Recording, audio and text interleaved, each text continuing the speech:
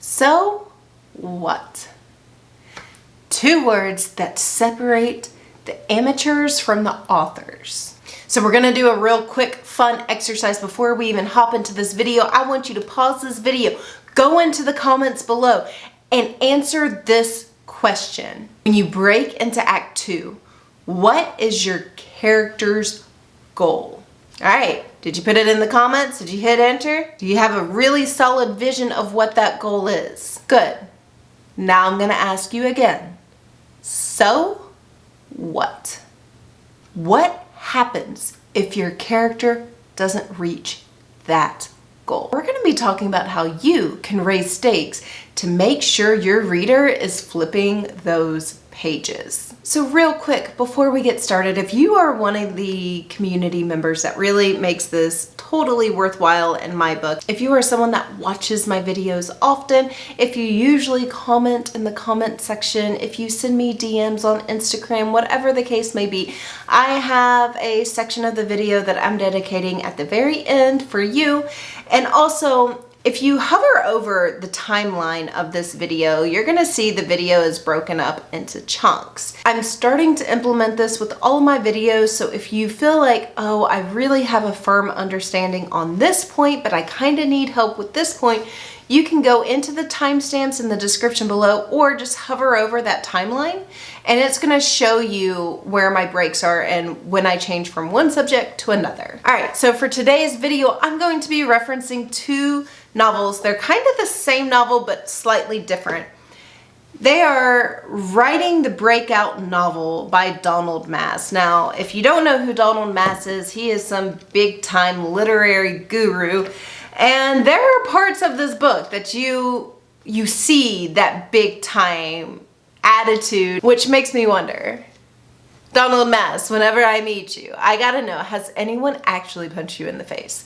Not that I would. Huge fan. You can be tough love. Tough love is inside this book. If you're someone that loves tough love, whew, this is a really great book. Something that is also interesting is I have read a ton of how to write books. It's my horrible way of procrastination. However you want to look at it, I have a hobby out of this stuff. And this is one of the only ones that really goes into raising stakes, I would say, in a very deep dive way. So in chapter 3, he actually goes into raising stakes. If you're interested in purchasing the book, I have a link in the description below to both this.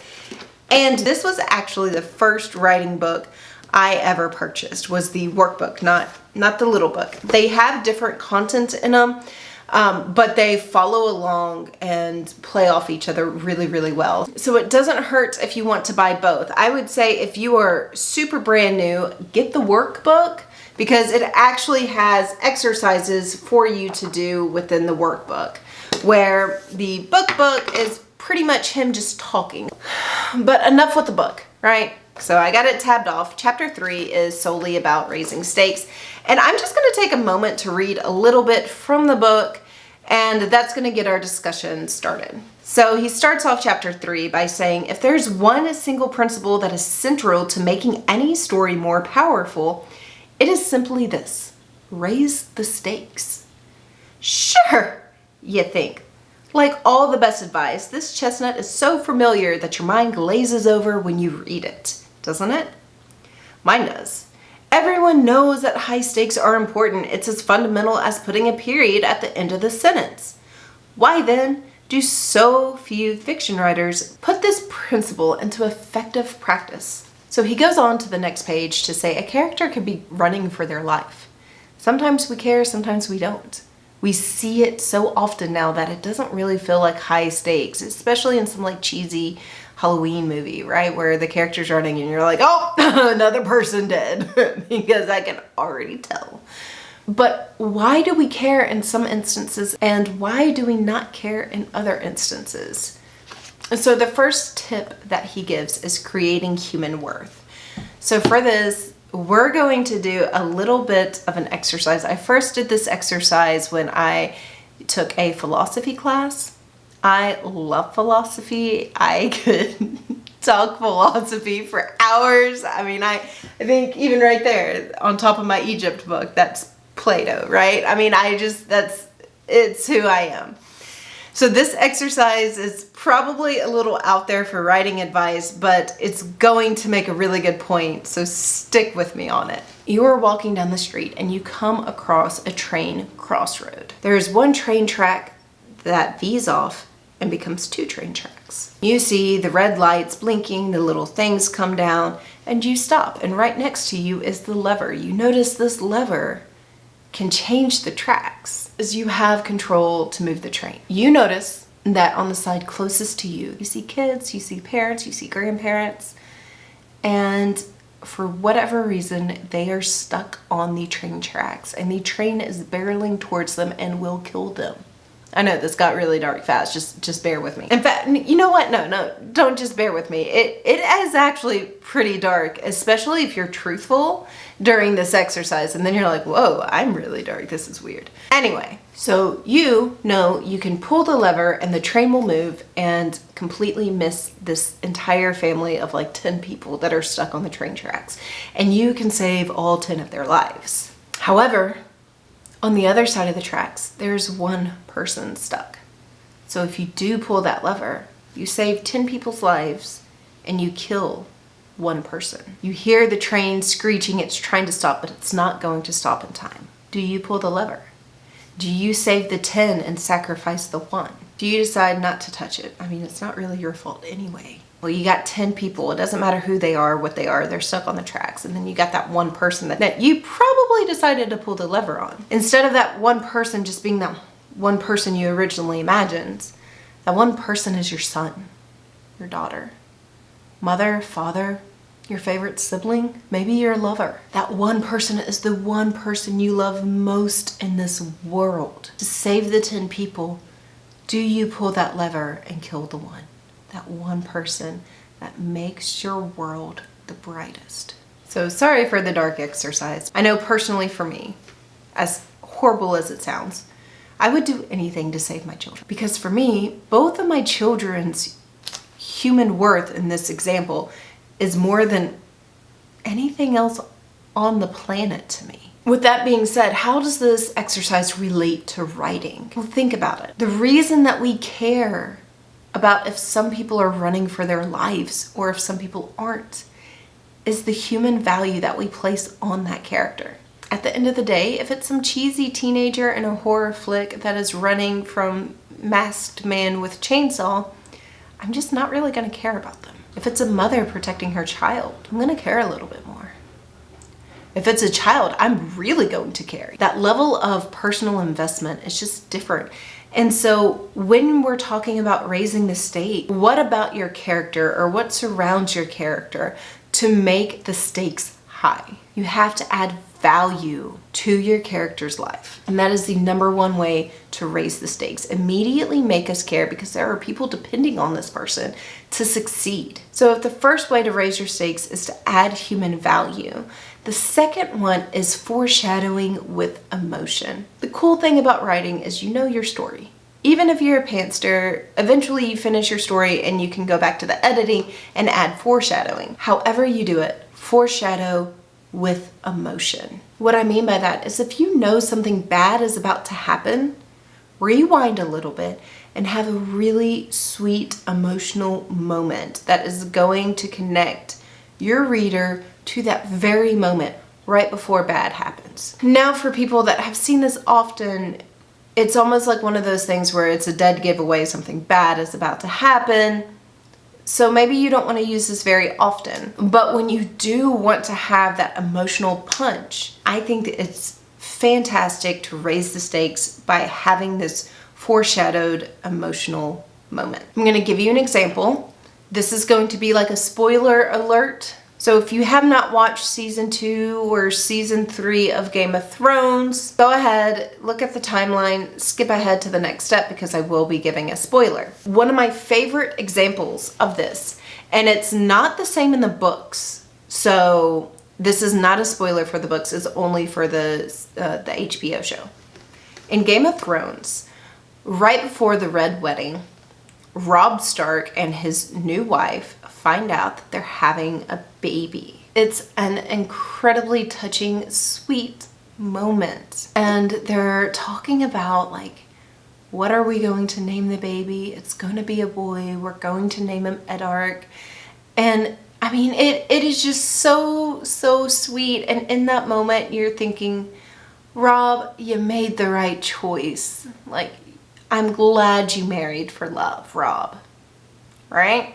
And they die. And you want to talk about something that just like, oh my gosh. So I come from like a family of mostly non-readers. I'm the only oddball in my family that can just get lost in reading every second of the day. So it was really fun for me to watch Game of Thrones minus the sex scenes with my family because I knew what was happening and they had no idea what was going to happen. And so Edark stunned everyone, right? Everyone was like, my favorite character.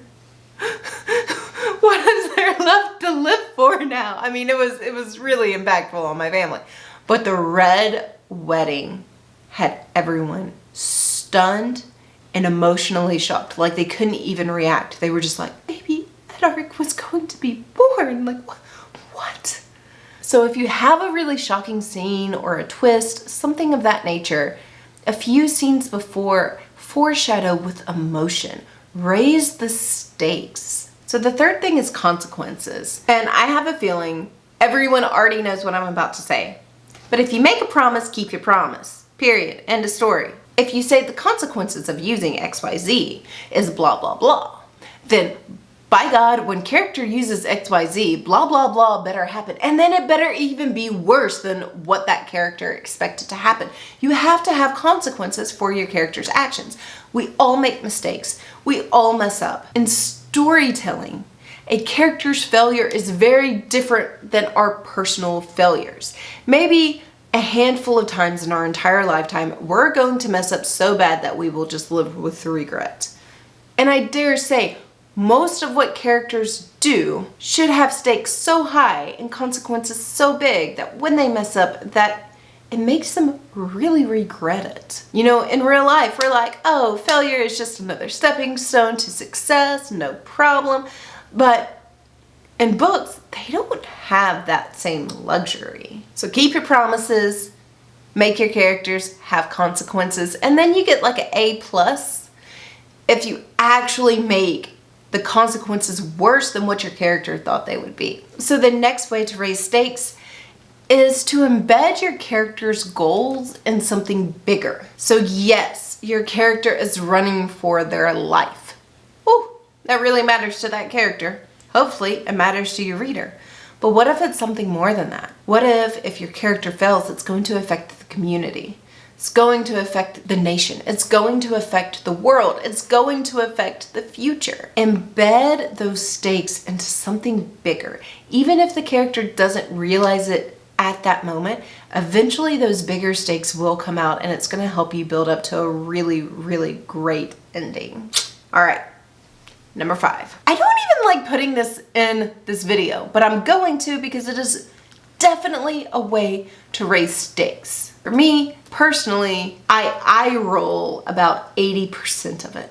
I don't know why. But my 5th tip is going to be about the time limit. Add a time limit. Give it a deadline. Something of that nature. I roll my eyes at this just because I see it everywhere and I see it so often. But like, you know, if a bomb is strapped onto someone, all of a sudden the ticking starts getting faster and it went from 20 minutes to 2 minutes and you're like, what? Why did that just defy logic? Oh, you kind of squeezed in some logic. No. Now, if you've been building a time limit from the very beginning and they're working through this time limit, I accept that much more. I'm going to leave you of a really good example. And yes, this is technically a spoiler alert, but it's kind of like the same type of spoiler alert that you get in a romance movie, like the two end up together. You probably assumed that anyway. So Mel Gibson did a movie called Apocalyptica, I think is its name. I should have researched this. Anyway, I super love this movie. I think it's a really well done movie. So in the very beginning, you see a dude, he has a wife, his wife is pregnant. Dude's village gets ransacked. He puts his wife in a hole with their son. And at the end of the movie, he returns to his destroyed village in the pouring rain as people chase him and are trying to kill him. And his wife has the baby as she's in the hole, right? So there's this whole like build up, right? She's trying to get out, she's trying to escape, she's trying to save herself, she's trying to save her son, she keeps failing, and then all of a sudden she starts having contractions. And as someone that has given birth, I'm like, oh no, worst scenario ever, right? And then she actually has the baby while she's in the hole, as the water's filling up, she's about to get drowned, has the baby, baby's good, son is good, they're about to be flooded and killed to death. And oh my gosh, that synopsis made it sound just absolutely horrible, but it kind of works for the most part. So of the three like time limit things, 2 of them really worked for me, 1 really didn't work for me. The first thing that worked for me is when he came to the village, it was no surprise when his attackers caught up to him. They had been chasing him this whole time, and it just wasn't a surprise that they were there to make things harder on him. The second thing that worked for me was at the very beginning of the movie. It shows her pregnant, so it did not surprise me when she started having contractions. You know, the thing that did not work for me is that they could not float / climb as they were weightless in the water. There was nothing that was keeping them like forced to be down on the ground. Like there were no weights involved, nothing like that. So the time restraint that we got from the rain just didn't work for me. All right guys, so if you got value out of this video, hit the like button. All right, so that's everything for my tip. If you are a part of my community, that special little message is gonna come right after this blurb, so stick around. And if you're not, come check out my channel. If you're interested in tips and techniques on how to tell a story better, come check out my channel. I hope you visit. If it's something you're into, hit subscribe, ring the bell. But for those in my community, I'm gonna try and make this as short and sweet as I possibly can. But I know most YouTubers really celebrate subscriber count, or they celebrate view goals, or whatever the case may be. And something that is far more important to me is yesterday is some of the comments and some of the vibes and just the general kindness that you guys are giving to me. I just want to say thank you for it. This is a really, really, really hard week. I mean, I'm up here in my yoga pants. I got my jersey stuff on. And I mean, it's just, right now I'm pouring from an empty cup, and you can't pour from an empty cup. But we have like the birthday mania that happened over the weekend. Work has been just absolutely insane and demanding. You know, we're ramping up for Christmas time and people are ordering earlier than ever. We're trying to put out new services. It's just crazy at work. It's been crazy at home.